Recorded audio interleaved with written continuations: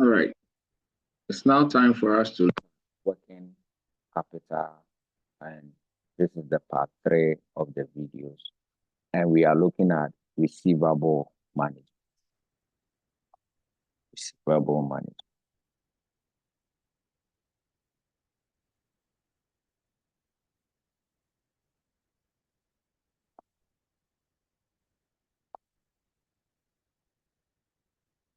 Now, in receivable management, there is a theory aspect you must learn.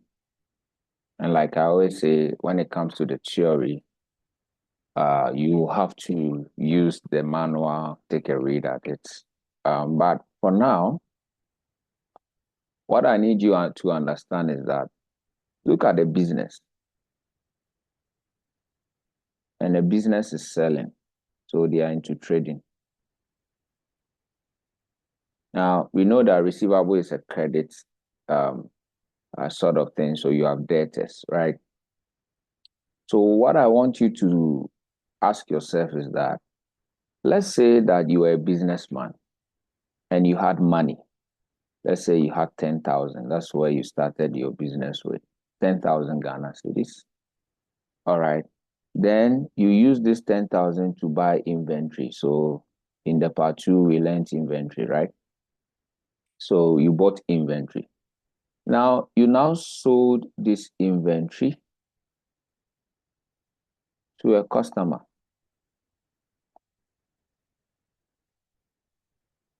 So it means that your 10,000 has been transferred to the customer. So the customer has your 10,000 now. Of course, he has to pay you. And let's say it's a receivable, so it means he didn't pay you cash. All right. So let's say he has 30 days, which is usually the minimum days in proper business. Some are 7 days, 14 days, but 30 days to pay you.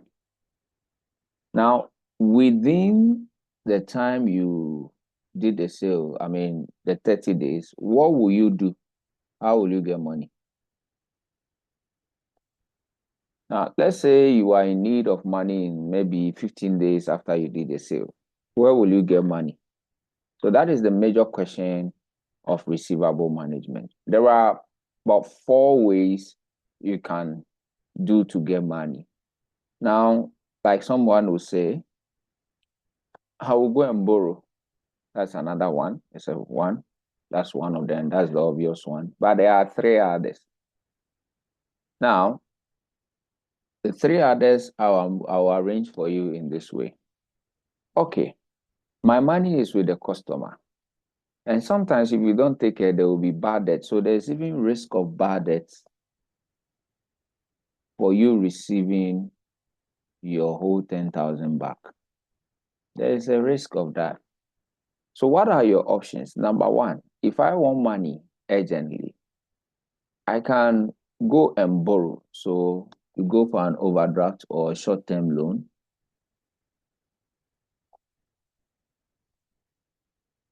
or a short-term loan. All right. What else can you do? Yeah, if you are thinking like the way I'm thinking, you can say that, oh, my customer, please, I'm giving you a discount. So pay me the money now so that I'm giving you a discount, pay me early. All right. So that's like what a cash discount. All right. So take note of that.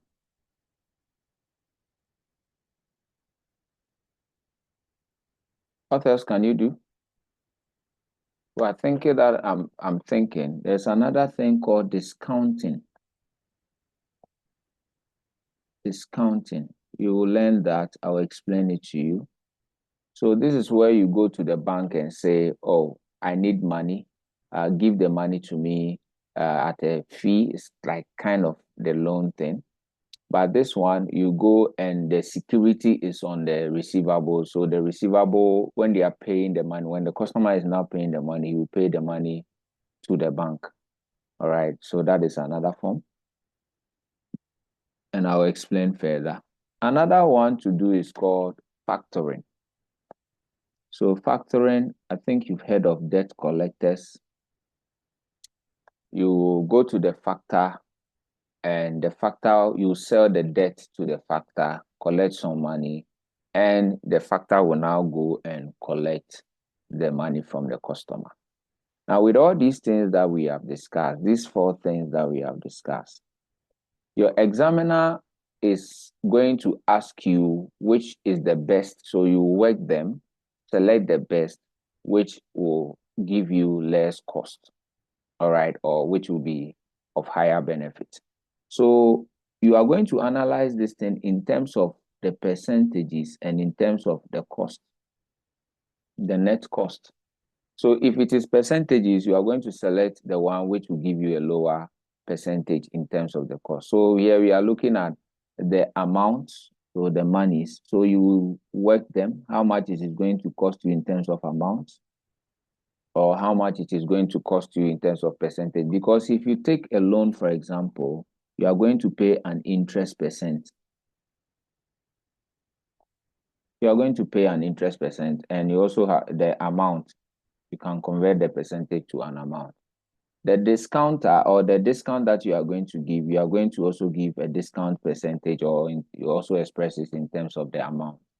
This one too, the discounter will charge you something, factor, it will charge you a percentage. So you are going to compare these percentages and find out which one is the lower or which one is more beneficial. All right. So basically, that is what we are going to do.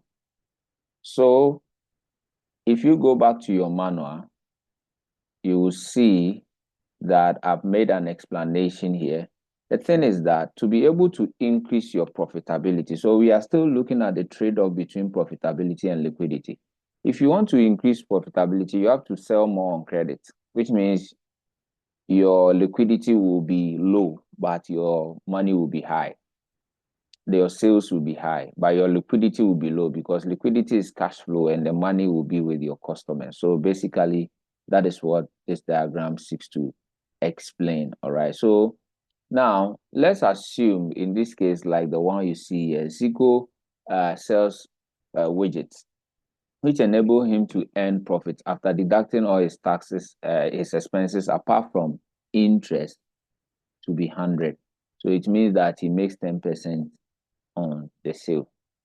Now, and so if you look at this, if IB buys a widget but does not pay until December 2011, what will happen is that Sigo will have to go and collect the money somewhere. Let's say he goes for a loan and he pays 10%. So you see that he is going to get nothing, because his profit is 100 and he is now going for a loan, and the loan will eat away, the interest will eat away all the profit. So basically, that is that. If he takes the loan for half a period, it is going to give him 50. So that is what you have in there. Now, so what we are going to do, I mean, you read it, you understand. Of course, there are theoretical aspects of it. Every company is supposed to establish a credit policy. And when you are establishing your credit policy, you need to make sure, consider the demand for your product, consider what your competitors are doing, consider risk of bad debt.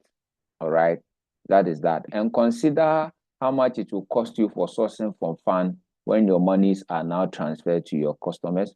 Consider the administrative cost of collecting the money and the cost of credit control.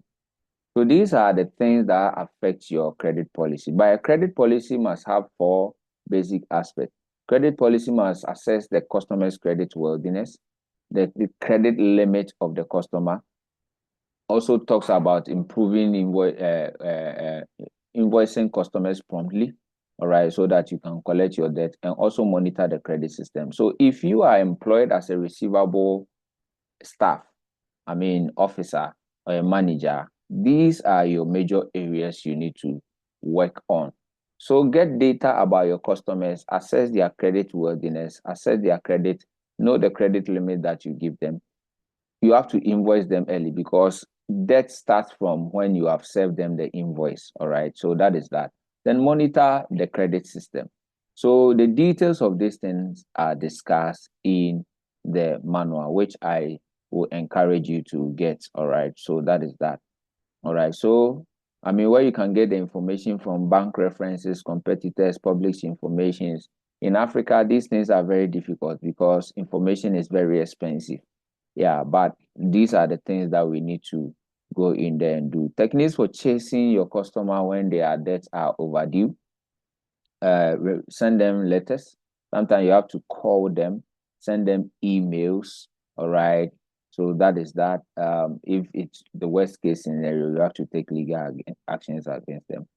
All right. Monitor their system. Now, the cost of receivables is what I have discussed here. So now I'm going to show you a 5-step or a 6-step approach to deal with all sorts of questions that are receivable management, all sorts of questions. And later on, when we turn to the payable management, it's just the opposite of the receivable management. All right, so that is that. Now, we need to look at the overdraft interest.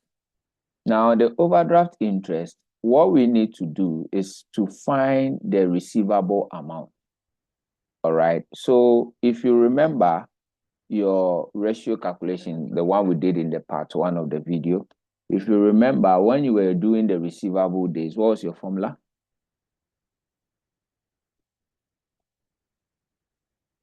Receivable days was what? You have trade credit, all right, or credit sales,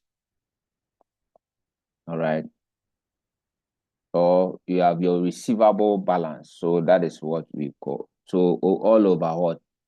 So this is trade credit or trade receivables, right? All over credit sales. If there is no credit sales, we say you use what? Revenue, right? Multiply by 365 days. Now, the question can say that the days should be 360, 200, or anything. You have to take note of that. Now, in this formula, I showed you in the part 1 that when the question says the working capital required, you are looking for this one. So that is it. So we are still looking for this. So if you are able to get the trade receivables, then we will strike our percentage of the interest. So the cost of receivable management in terms of going for an overdraft. So the overdraft rate or the cost of doing the overdraft is the interest percentage multiplied by the receivable balance. And the receivable balance is this. So the receivable required. So when you do the change of subject here, of course, in your book, I did the change of subject straight. So you will see finance cost is receivable balance multiplied by the interest overdraft. The receivable balance is credit sales multiplied by 300, receivable days multiplied by divided by 365. You don't need to really do it like that. You know these days, this is the formula that sticks into your head. So all you need to do is to place an X here and work it and find it so that when you finish, you multiply it by the interest rate, then you get your receiver. So that is that. So in terms of comparing percentages, this is it. In terms of comparing the amount, the cost, this is it. All right. So that is that. So that is it. Now, what about the discount? Now, the discount, so before we go there, we can take an illustration, all right, so that, you get yourself conversant with them, then we go to the discount. Now, look at this man. Peslico has sales 20 million for previous year. So that is the sales for last year. Then it says that receivable at the end of the year is 4 million. And we're 4 million also at the same time. And the cost of financing the receivable is covered by an overdraft of 12%. So it tells you that when your money goes to the customer and you want to finance it in the interim, it's going to cost you 12%. So it says calculate the receivable days. You know how to calculate receivable days, right? So receivable days is given by trade receivables. So if it is payable, it will be trade payables over credit sales. And if there is no credit sales, we use revenue. And if it is payable, we will use credit purchases. If there is no credit purchases, we use what? Cost of sales. And this we multiply by 365 days. So if the question says we should look for the receivable days, then the trade receivable is how much? Has sales. This is sales.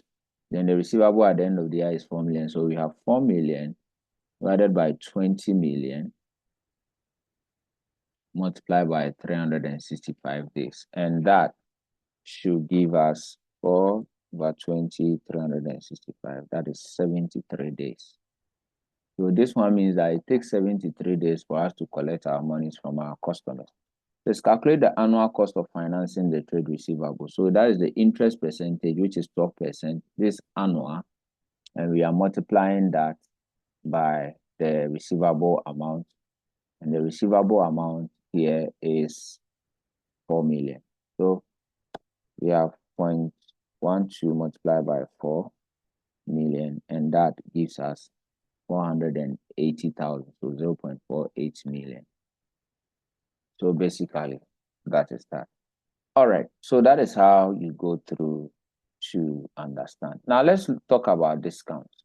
So if you are going to use a discount, and you are supposed to, of course, if you want the amount of a discount, you multiply the percentage by the sales. All right, so that you get your discount. But if you are going to work the percentage, the annual cost of discount in terms of the percentages is given by this formula. So you see the formula here. What you see here is you have 1 plus, hold on, 1 plus the discount, so the percentage of the discount, divided by, or the amount of the discount, divided by amount left to pay. So let's say if I give you 20% discount, then the amount left for you to pay is the 80%. You get that? All right. So that is what you do here. And it is going to be raised to the power the number of periods. Now, the number of periods, look at the interpretation that has been given it to it, all minus 1. The number of period here is equal to, if it is days, it's 365 days. If it is weeks, it's 52 weeks. If it is months, it is 12 months. Divided by the number of weeks or months saved because of the discount. So now watch this. If the person is supposed to pay me 30 days and I'm giving him a discount of 20%, and because of that, he will be paying me within 15 days, then it means that here I'll have 1 plus, the discount is 0.2, the amount left to pay is 0.8, all raised to the power, this is days, so 365 days, divided by, how many days have I saved because of the discount? 15 days, all minus 1. So that is what we are talking about. All right, so this is how you are going to work it. All right, so let's take an illustration here. So a company is offering 2.5 discount to receivables if they agree to pay their debt within 1 month. The credit period is usually 3 months. So the same way, this one will have 1 plus. What is the discount rate? Is 0.025. That is 2.5. If I take that from 100, how much is left to be paid? They have something like 0.9. So it's supposed to be 1. Let me take it from out of 1 because I did it like this. So this is 0.975. All right.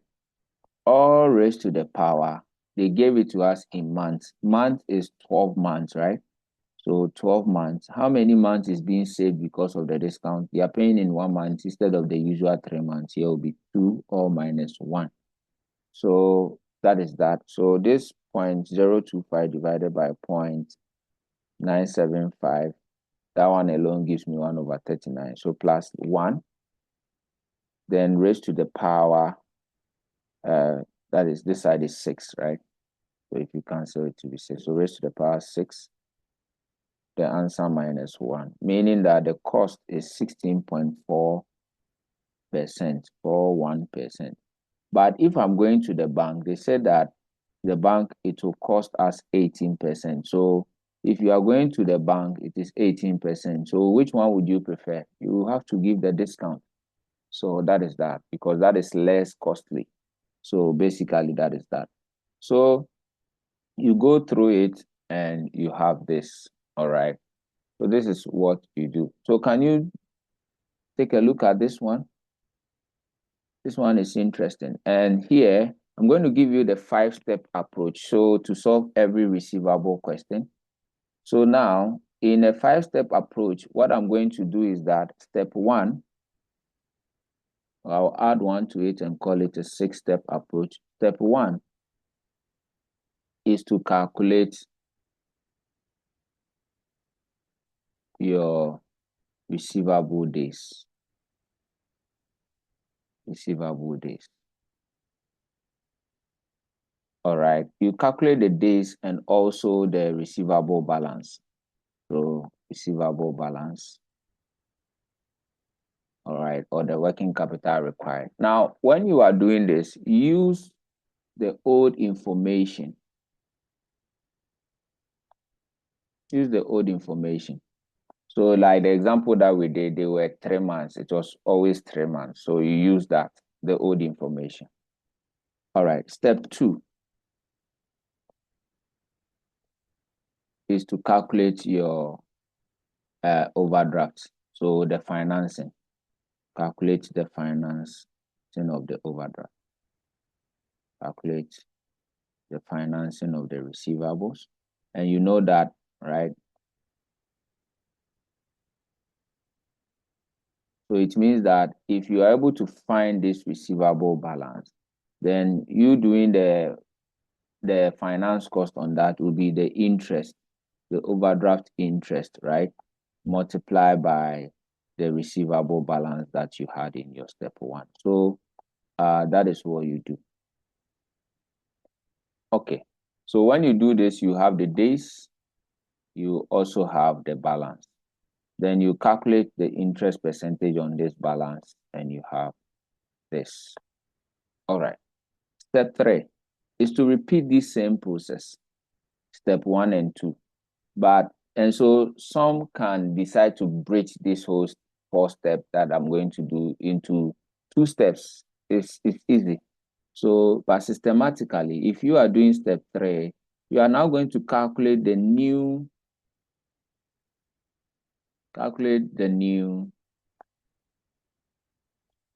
receivable days and the new receivable balance. Because now you saw that they gave them some discounts where they are paying it in 1 month time. So when you are doing it, you have to do it with the new information that you have. So this is it. You calculate this, calculate this. Step 4 is to do step 2 again with this new information. You calculate the interest on the new receivable balance. Oh, I wrote days here.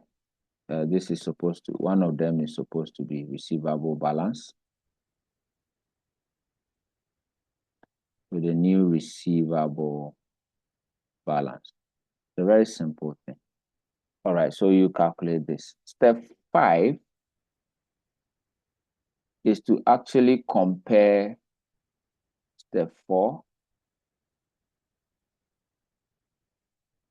and step 2. So you compare the difference between this and this. How much is being saved because of the discount that is offered, or the factoring that is done, or the discounting that is done? How much is being saved there? So you find that. All right, the step 6 is to compare this overdraft work that you have done to any discount. So is comparison. So if there is a discount that was offered, you compare and you find the net benefit. The net benefit. All right, this is benefits. This is called benefits. All right, then you compare it to the cost. This is a cost. Then you get a net benefit. All right, so the cost, if it is a discount, is going to cost you. That's what you are losing. All right, if it is discounting, that's what you are. So you compare. Now, I can as well bridge this. I can as well check the receivable days I will have here and the receivable days that I will have here. Get the difference, strike my percentage on it straight so that it will become just a two-step approach. So the difference of the days, then you use it to calculate the new receivable amount, then you get it. But I prefer you go systematic, okay? It doesn't take much time. All right, so that is that. So can we use this approach to deal with the questions? So this is all you need in receivable management, these 6 steps that you need in receivable. It solves all forms of questions, all right? So let's practice it. Let's practice it. Now, it says that Paisley has 20 sales of 20 million, like the information we had just before. And the interest rate is 12%. Now, it is now offering a cash discount of 2% for payment of debt within 10 days. And it says that should this be introduced, should it be introduced if 40% of the customers will take the discount? So it means not every customer is taking the discount, only 40%. Now, what did we say you would do? Step 1 is to calculate your receivable days using the old information. And I think we did that. So receivable days and receivable amounts, right? So the days, this is the same information. If you remember what we did, we had 73 days. You remember it, you see. And the receivable amount, the balance, was 4 million. All right, so 4 million. So if you remember, that is what we did. All right. Now, we need to do step 2. So this will be our step 1. This will be step 2. Step 2 is to calculate the overdraft. So the cost of financing it. We will take the interest percentage, which is 12%, and we did that, right? Multiply it by the 4 million. And we had 16 point something. So let's do it again. 12 by 4 million. This time around, I'm doing it's 480. Yeah, I had 0.8 before, so 480,000. So that is the step 1. Step 2 is done. Then I'm going to do step 3. All right. Step 3, they said that should it be introduced, 40% of the people will take it now, and they will pay within 10 days. Have you seen that? So now it means that our receivable days is now 10 days. And it says that only 40 people are going to take it. You have to get that right. So the receivable days is now 10 days. So if I'm going to find my receivable balance using the 10 days, it's going to be this. Now, anyway, before I even continue, let me do this for you. Sometimes you see something like 2/10 net 30 days. It means the old days is the 30 days. So in this case, the old days is 30 days.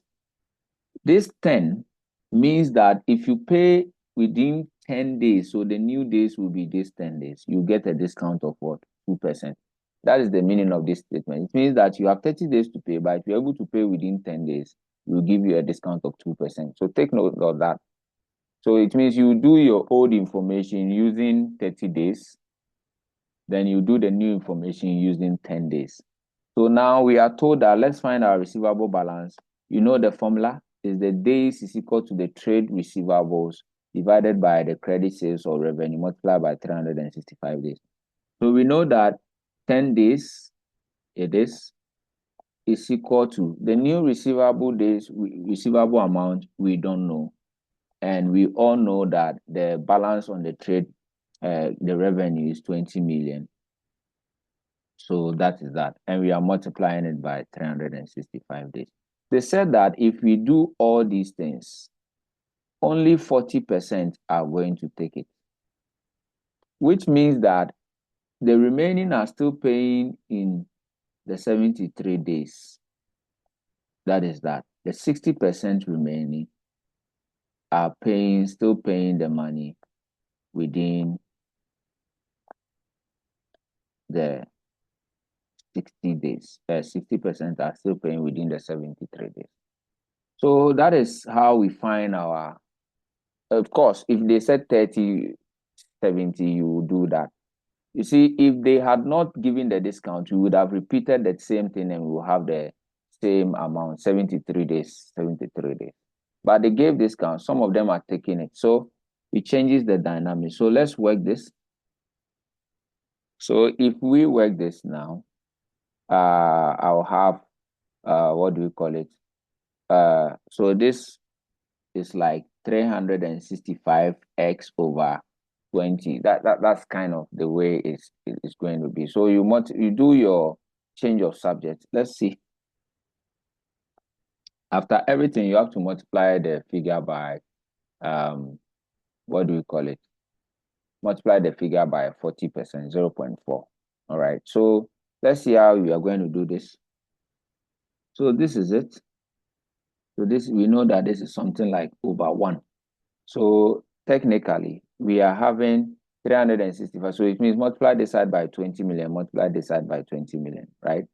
So technically, this is over 1. So it's 365x over 20 million. So we multiply this side by 20 million, multiply this side by 20 million. So basically, that is what we are going to do. So which means that what will we have? Or when we do 365, so it's going to be 365 divided by 20. That is like 18.25x. So if you want to, so if you do the change of subject well, then you have multiplied by 0.4. So I'm having something like, it's in millions. So if I put it in millions, I'm having something like 219,178.08. So you see clearly in your manual, so something like this. So that is, I have it in decimal. So let's work it without seeing this thing. So I have 219,178.08. I prefer to add it because it's money. Then when you do this side, what are you going to have? You have same 365 divided by 20, 18.25, like you had for here.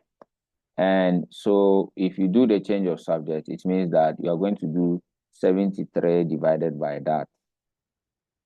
And that one gives me 4, like 4, and like that's like 4 million, right?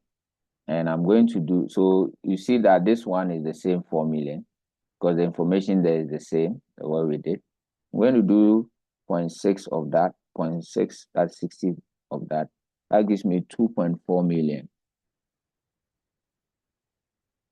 2.4 million. So it means that my new receivable balance will be 2619,178.08. So this is what you have. All right.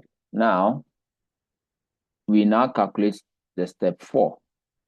Step 4 is to do the 12% multiply by the same figure to, hold on, the same figure here is, oh, let me see it.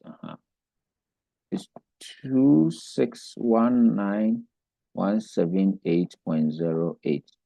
So that is our step 4. What will we get? So 2619,178.08 multiplied by 0.12. So I have here 314 301.37. So that is what I have. Step 5 is to compare these two, right? And I'll explain the meaning of this to you. It means that if we don't give the discount, we'll go to the bank. This is how much it will cost us. But if we give the discount, when we go to the bank, this is how much we are going to actually incur. So this is cost. So what is the benefit? Like this is a reduction in the cost we would have incurred. So what is the benefit? The benefit, therefore, is that when I take 480,000 minus the answer, the benefit that I'm getting for giving the discount is 165,698.63. So that is the benefit. So that is your step 5. All right. Your step 6 now is to compare this one to the cost. How much is going to cost us for the discount? Now, the discount is 40. They said they are giving a discount of 2%. It's now considering a discount of 2% of payment of debt within 10 days. So what is 2% for the debt within 10 days? So 0.02 on the debt within. Now it's going to be, so you have 2%. What is your debt? Debt is 20 million, but only 40% will take it. So multiplied by 0.04, and that is 16,000. 160,000, sorry. So this is the benefit. This is the cost of giving the discount. Now, comparing the discount, if we give the discount, it is going to cause our overdraft to decline to this. So if we give the discount, it means that the net benefit, this is a net benefit or net cost, but this is a benefit because the discount, we give 160. If we don't give the discount, look at how much we are doing. We are paying 480. If we give the discount, if you go to the bank, it reduced to 165. So the discount, the net benefit is 5698.63. What does this mean? It means that if we give the discount, we are going to save ourselves. So it's good to give the discount because if you don't give the discount at all, you are going to pay 480 to finance the debt. But if you give the discount, you are going to pay 165 as compared the discount that you gave to is what do you call it, 160. So somebody will also say that if we give the discount, we are going to incur this cost and this cost. So for that, such a person, his analysis will be that I'm adding 160,000 plus 165,698.63. If you put them together, you realize that you are paying 325,698.63 as compared to if you don't give the discount at all, you are going to pay 480 to finance it. But that is that. So it means here, this is the net. This is the benefit for giving the discount. It is going to reduce the 480 to this, but you are also incurring a discount. Another cost. So that is the net benefit from giving the discount is that you are saved for this. So if you are going to be saved for this figure, that is that. So it means that you should go ahead and give the discount because even if you give the discount, you go to the bank. This is how much it will cost you to get the money, including the discount that you are also giving away. The cost you are giving away this. So the benefit cum the cost gives you 569. So it is good to give the discount. If not that, we can also say it is even good to give the discount because the discount is going to cost you this. And at the end of the day, this is how much the net cost that you're also going to get. So you get a benefit as compared to your 480. But I would prefer that you look at this as a benefit because a benefit is the reason why this thing is a benefit is because it's going to reduce your overdraft cost, but you have to incur this 160 before everything like that happens. So this is your net benefit. Okay, so basically that is that. All right. So You go through the same process. I mean, this is it, just that we rounded it. All right, so that is how you do the analysis. Now, let's talk about the discounter, and we will talk about the factor, and we will now work an example that culminates everything together. All right. So now you look at invoice discounter, I've already explained to you. So you are a company sells goods to a customer and is supposed to pay in 30 days.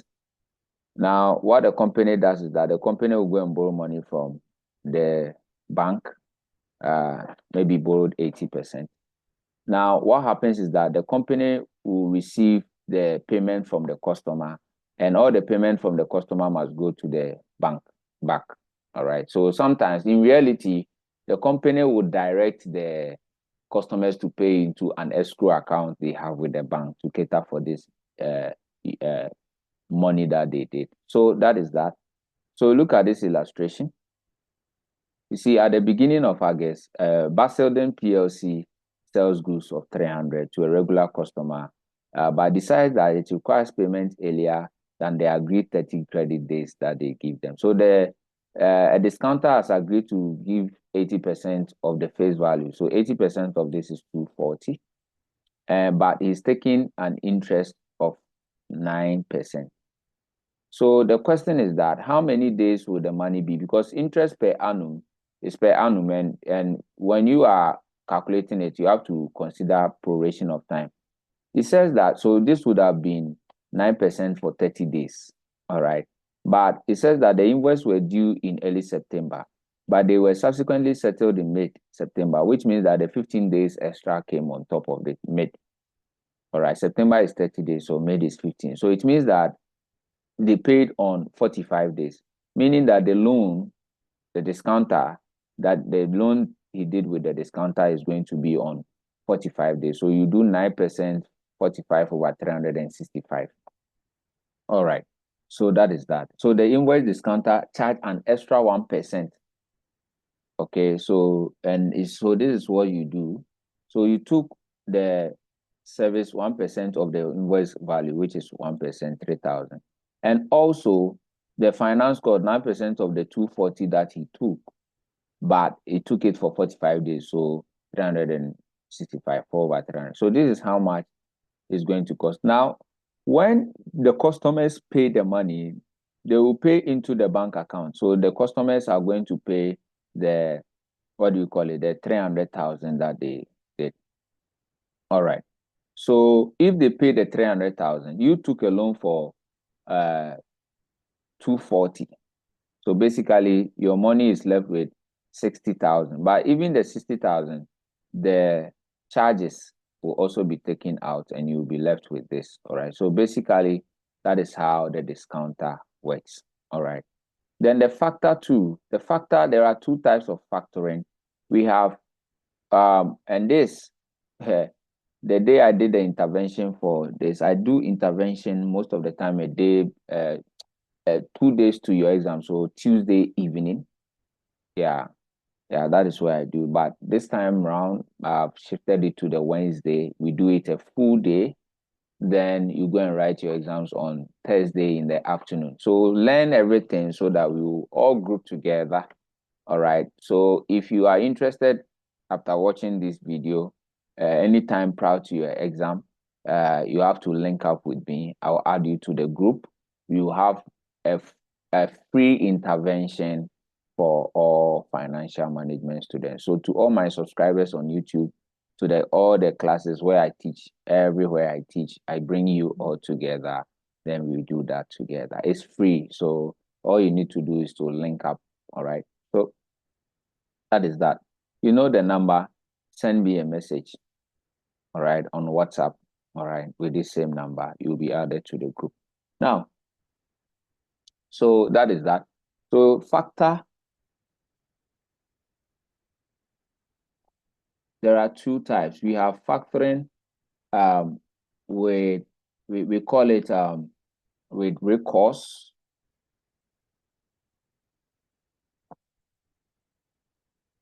With recourse. And we have the one without recourse.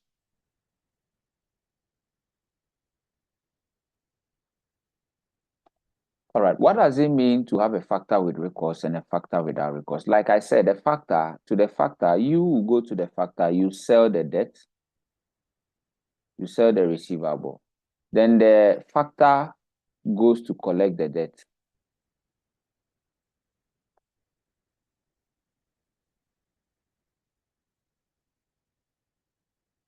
All right. So with recourse means that if the factor goes collecting the debt and some of the debt he couldn't collect it, i.e., probably it's a bad debt, he couldn't collect it, he will come back to you and collect from you the part that he couldn't collect. So that's what we call it with recourse. So you can come back and collect. So let's say you sold to him 100,000 debt. He's able to collect 80,000. All right. So he will come back to you and collect the 20,000. So that is that. But without recourse, that is it. If you sell it to him, if he goes and is able to collect it, fine. If he's not able to collect it, he can't come back to you. So that is that. He can't come back and say, I couldn't collect 20,000, so give me that 20,000. So he can't come back to you. So it means that if you do a factor with recourse, you are not saved from bad debt. You are not saved from bad debt. Which means if he goes and is not able to collect it, you come back. So there's an additional cost that you have to bear. But with recourse, without recourse, it means that you are saved. You have an extra saving on bad debt. On bad debt. That is the meaning. All right. So that is that. So that is the concept of the factor. The cost there normally includes the debt collection administrations and the financing and the credit issuance. That is that. That is that. The benefit is that once you sell to them, you have collected your money in advance. The rest is up with between the factor and the customer.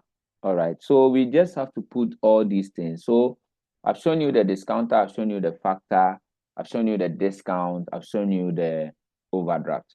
So all we need now to do is to solve questions. So this is how the factor to work.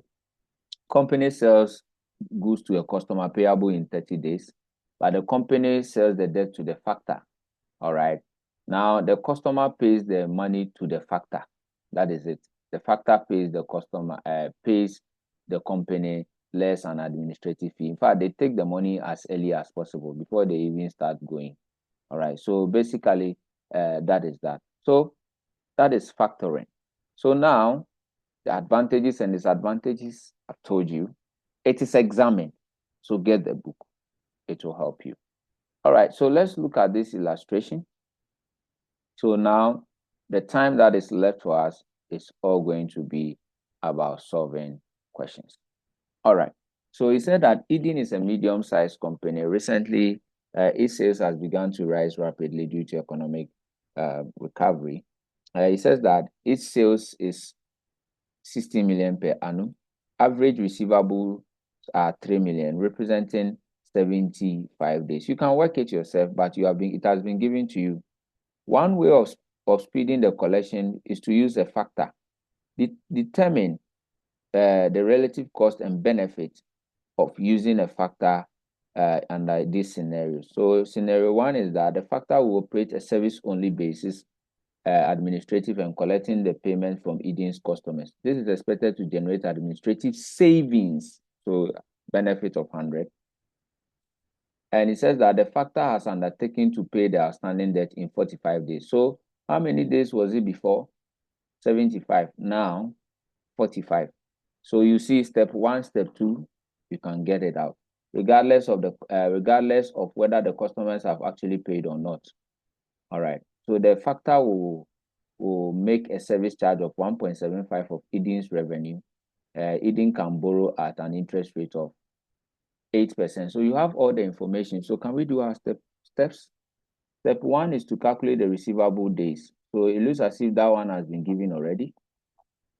We are told using the old information is 75 days. But if not, you know the formula to do it yourself.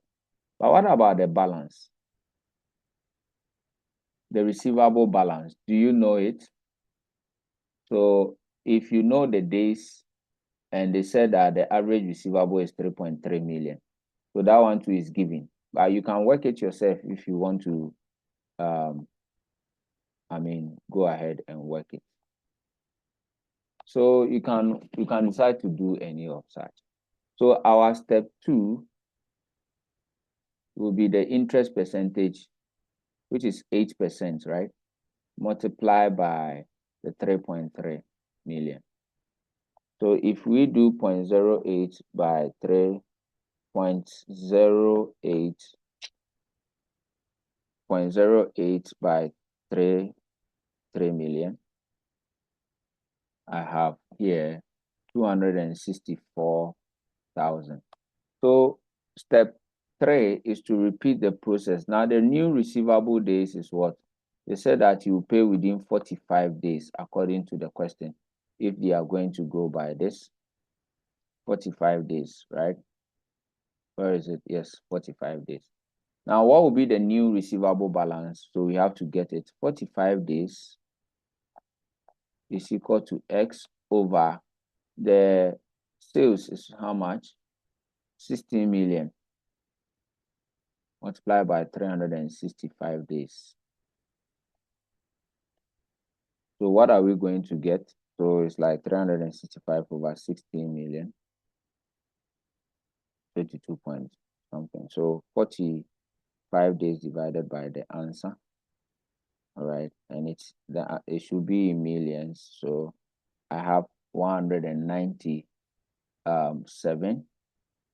S is equal to 197. No, so 197, no comma yet. 2602.74. That's what I have. So something like this. Then step 4, calculate, repeat my 8% on this value. So 0.08. All right. So 1972602.74. And I repeat this process, I'm having 157,808.22. So that is what I have. Now, comparison, right? I will compare minus 264,000. I have saved myself how much? I have 106,191.78. And we were told that administratively, I'm going to save 100,000 because of doing this.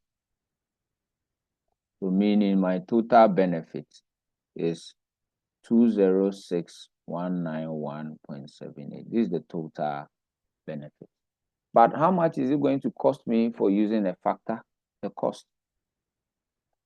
We are told that the factor is going to charge, the factor will make a service charge of 1.7 of Eden's revenue. So what is Eden's revenue? Eden's revenue is 16 million. So they are charging 1.75% on 16 million.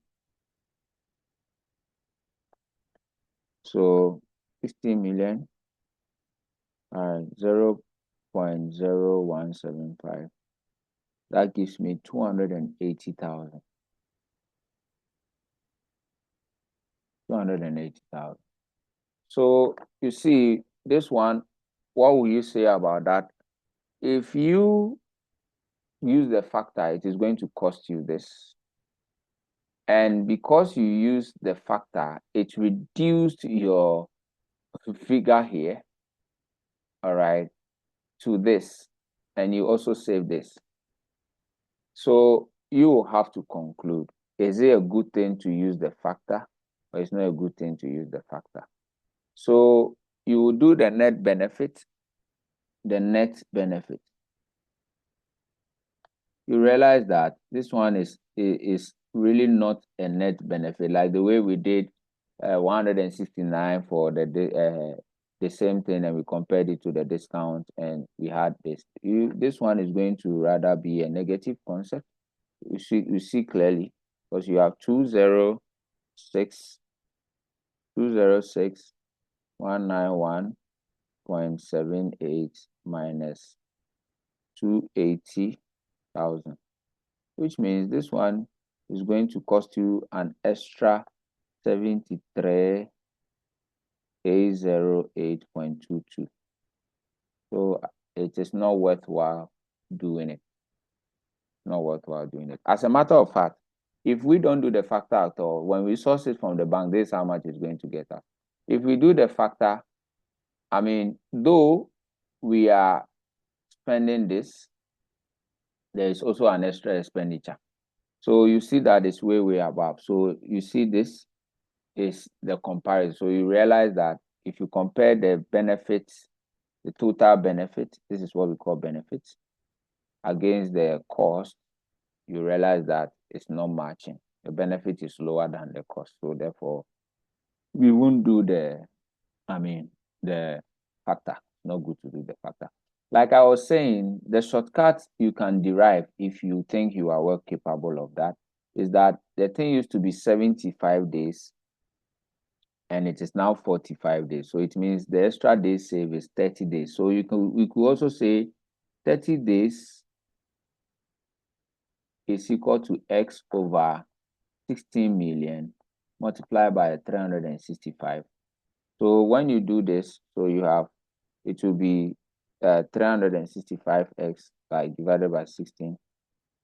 You have 22 point something. So 30 divided by that, you will be having 1 point. This is in millions. So let me put it in millions. You will be having 131,5068.49. That is what you'll be having. Now, so 131, yeah, 1 million. This is it. Then you do your 8% on that. 8%. So if I multiply it by 0.08, I have some sort of 102. So it's actually supposed to give me straight this figure. Straight this figure. So you can get this figure straight. But like when you do, so you the days saved. So 75 it was, all right. 75 and 45. So that's 30. So it should be giving me the same amount. The difference between this and that, it should be giving me the same amount. So let me work it again, because then it means that something is probably missing there. That's why I prefer you do the systematic approach. So it was 365 divided by 16 million. 1, 2, 3.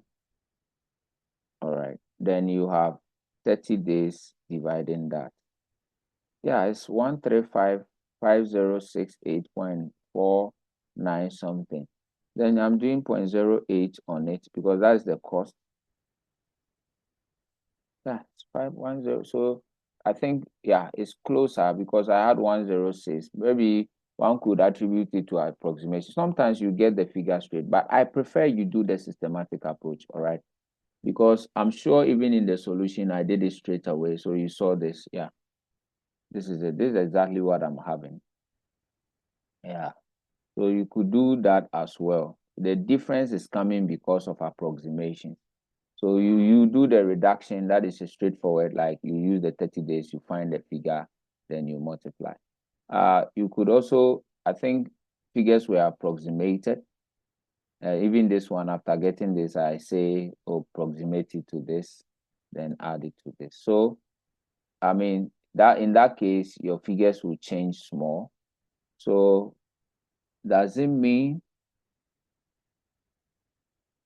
so what does it mean to this? So let me work this thing again, just to see.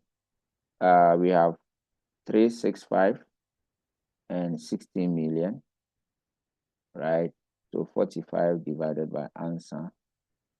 So that is actually 197260274 is correct. Then 0.08 of that gives me 15780. Yeah, so it's correct. So, but I mean, this is financial management. Figures are always given in plus and minus. All right. So that is that. You can actually do the reduction like you see here and also compare the 1.7 on this one And so you realize that it will cost you more. So, I mean, it is not good to use the factor. That's the meaning. All right. That's the meaning. So here you have 75. Here we had negative 73. So that is that. Let's look at the second option. It is now considering factoring with a different factor where 80% of the book value will be paid immediately with a finance charge of 10%. Okay. So it says that with the finance cost charge in advance. So there is a 10% cost. All right. Then suppose that this factor will charge 1% of the sales as their fee for managing the ledger.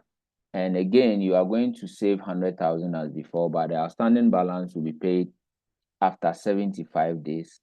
Thus, there is no change in the typical pattern by the customers in terms of the time. So it means that this one, they are not changing their days. So basically, you can work this one. Okay, let's do it together. Let's do it together. So what happens is this.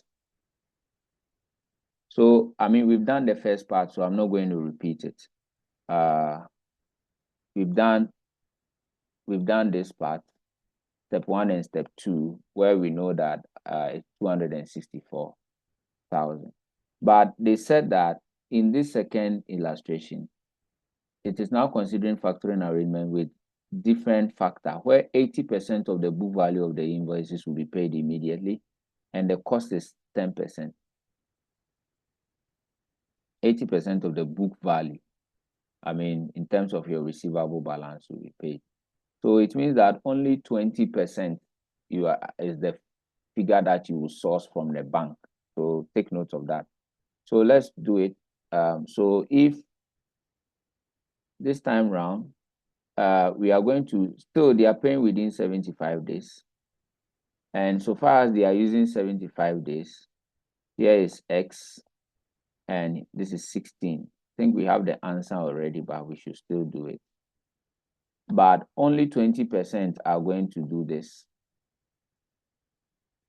Only 20%. The other one, the receivable days will drop automatically because for the 80%, the receivable days has reduced to 1 day present value. They are paying immediately. So the receivable days is 0 multiplied by X over 16 over 16, 365 days. So this is what is going to happen. It's going to drop. It's going to drop. All right. So what would this one give us? This one automatically will be 0. So what would this one give us? All right. So this one will be 365, 16. I think we have this already. It's at the top there. We have it already.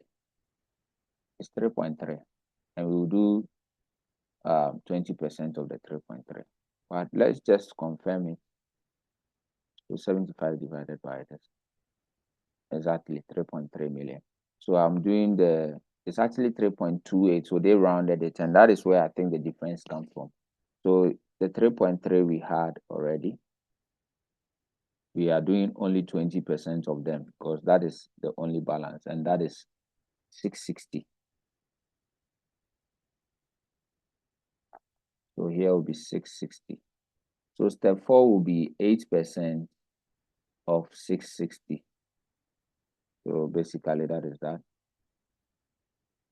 So 0.08 of that gives me 52,800.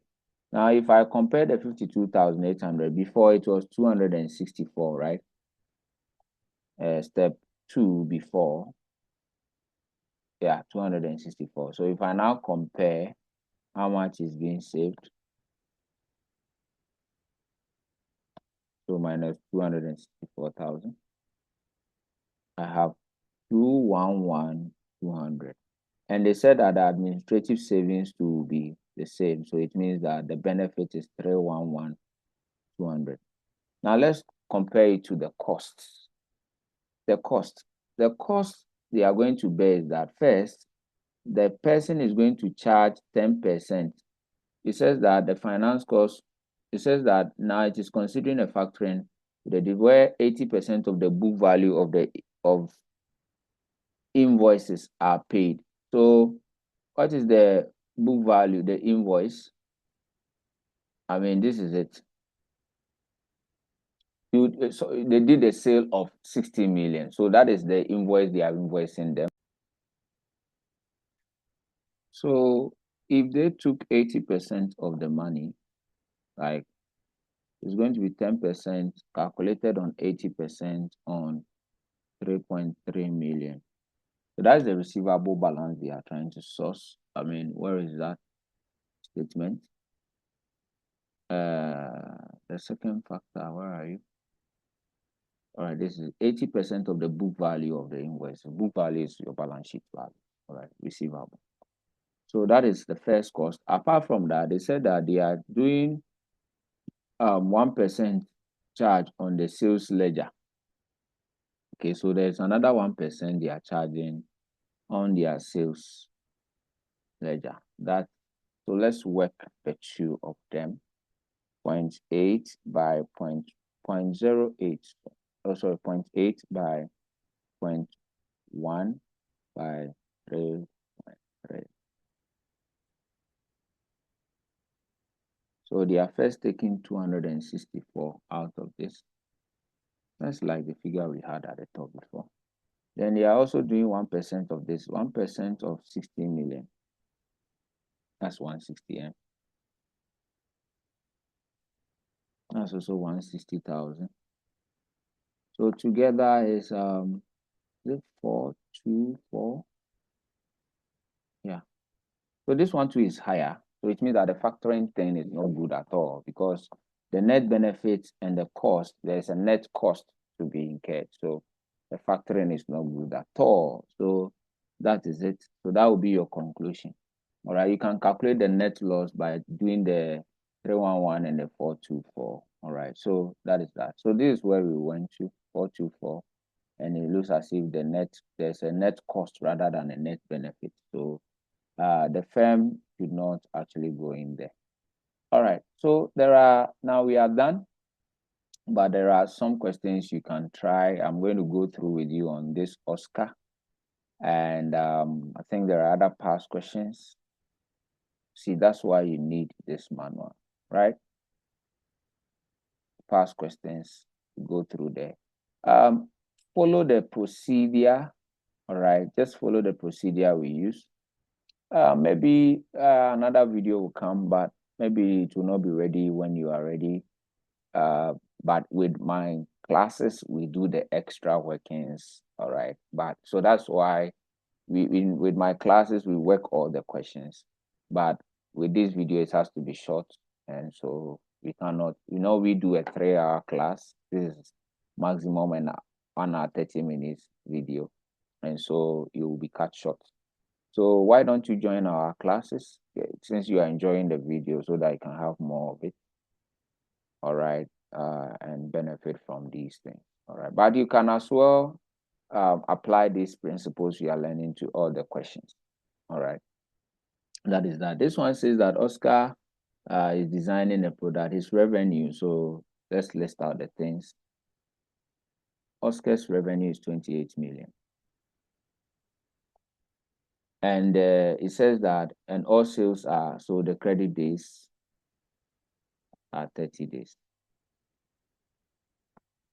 All right. And it says that its major customers are large multinationals, often late in their paying of their invoice. Oscar is a growing blah, blah, blah, and all these things are English. The Oscar's average receivables. So now you have something. Its receivables is 5.37 million. And bad debts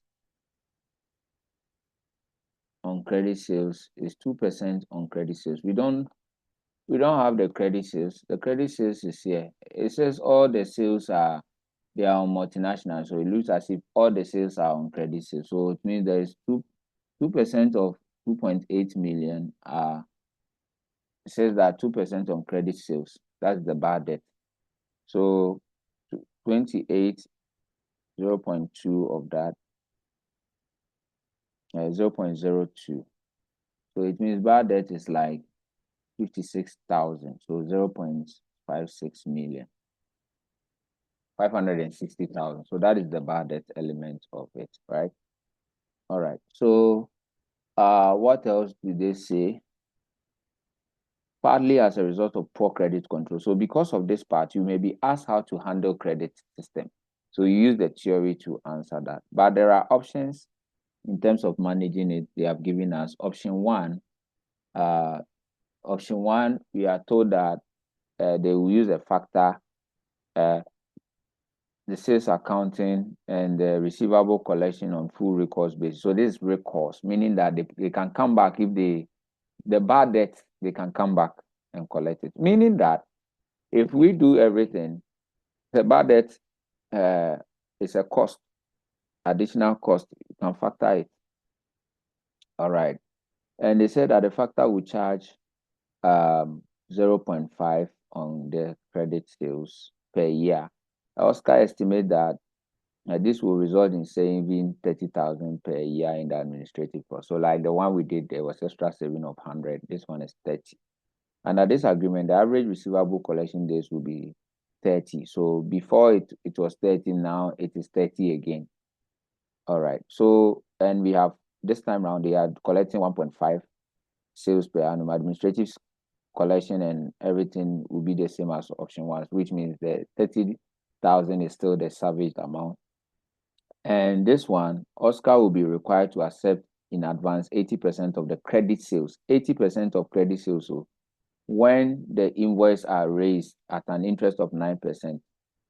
Okay, so which means that you will collect 80% of the amount will be taken immediately. So it's only 20%, like the way we did just a minute ago. And Oscar pays an interest on overdraft of 7%, and the company operates in 365 days. It says I calculate the cost and the benefit of option 1 and 2 for 8 marks.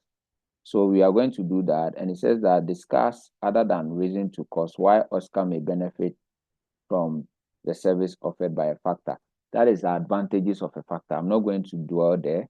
You have to use the theory. Discuss the factors, you determine 3 factors which determines the level of a company's investment in working capital.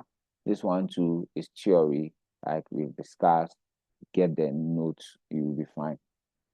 All right, so we are going to do the cost under option 1 and option 2. So option 1, we know step 1, like the same steps. Receivable days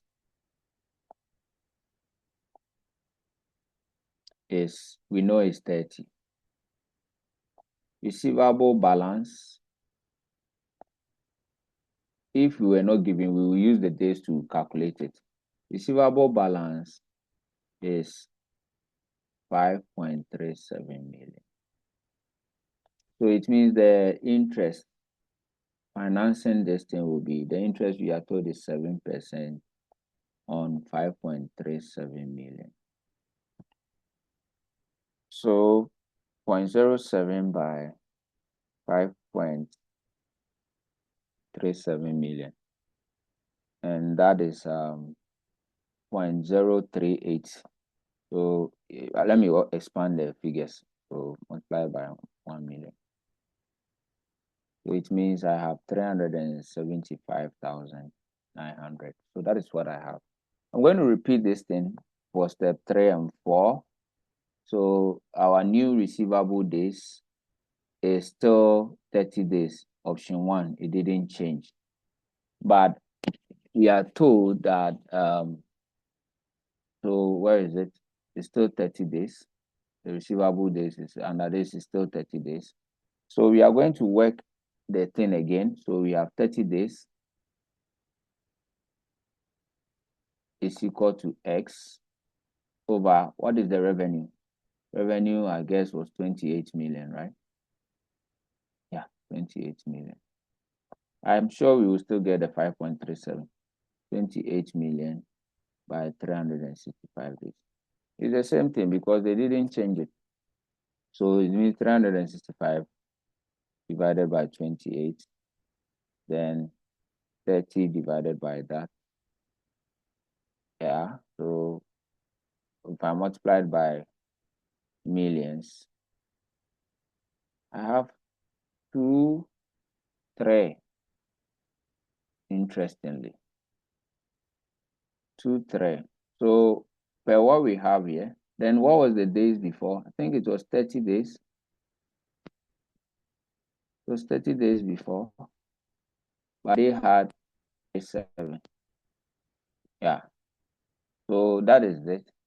So we go ahead with our computation. So that is that.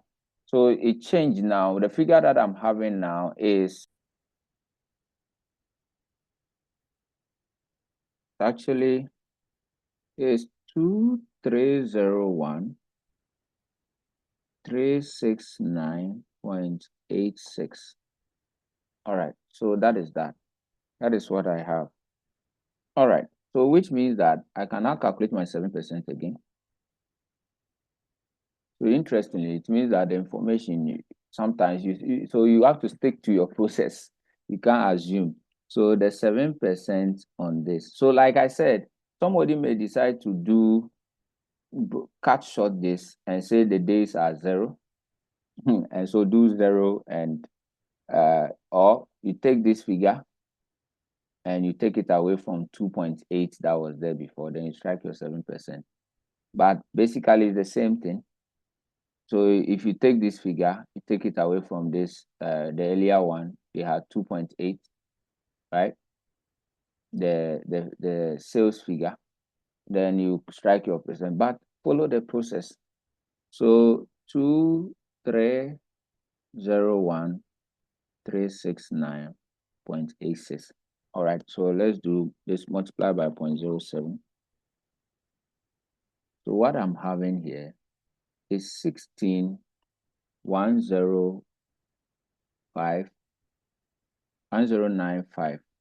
So that is what I have here, 0.89. So that is what exactly this figure. All right. So step 4, usual, compare. If I take minus 375,900,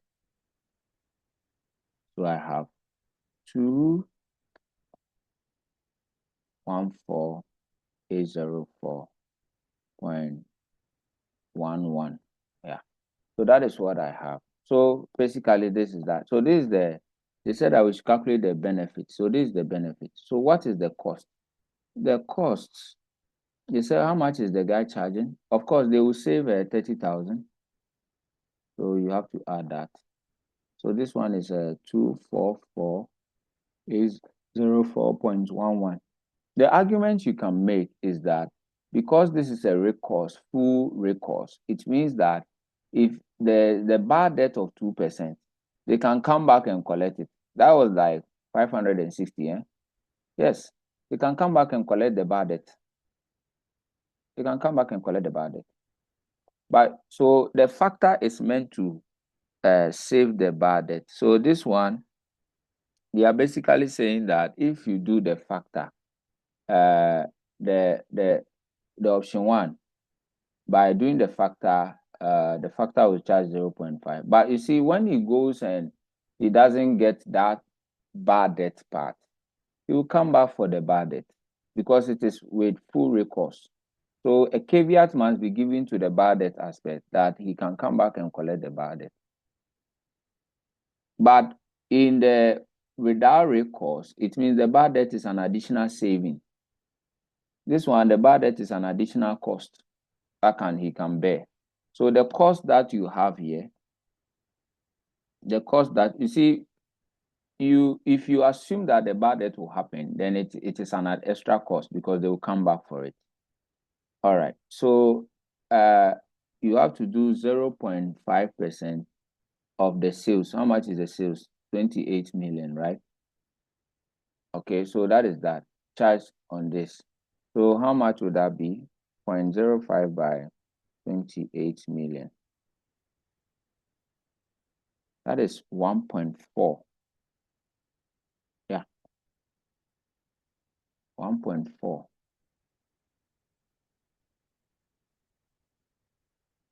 And it's bad. The gap is very wide. Or it says 0.5%. So, oh, then it means I need to 0.5% means that so I need to check it well because the figure even looks huge. 0.5%. So divided by 100. So it's actually 140,000. Yeah. 0.5%. So it's 140,000. 140,000. In as much as this looks good as a net benefit, one must give a caveat for the bad debt they can come back and take because it is with full recourse and the bad debt was 560.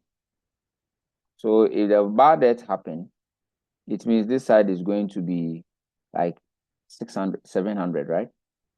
Yeah. And it's not good. But without a bad debt, it's a perfect thing. It is very, very good if they do that because they will save like 144. But with a bad debt, it is not good. So let's look at the option 2. Let's look at the option 2. So you just have to pray that they can collect all the debt. Okay, so you add that to your analysis. So this, but with the bad debt, because they can come back for it, it will not be beneficial because the company has to give out another 560. All right. So the option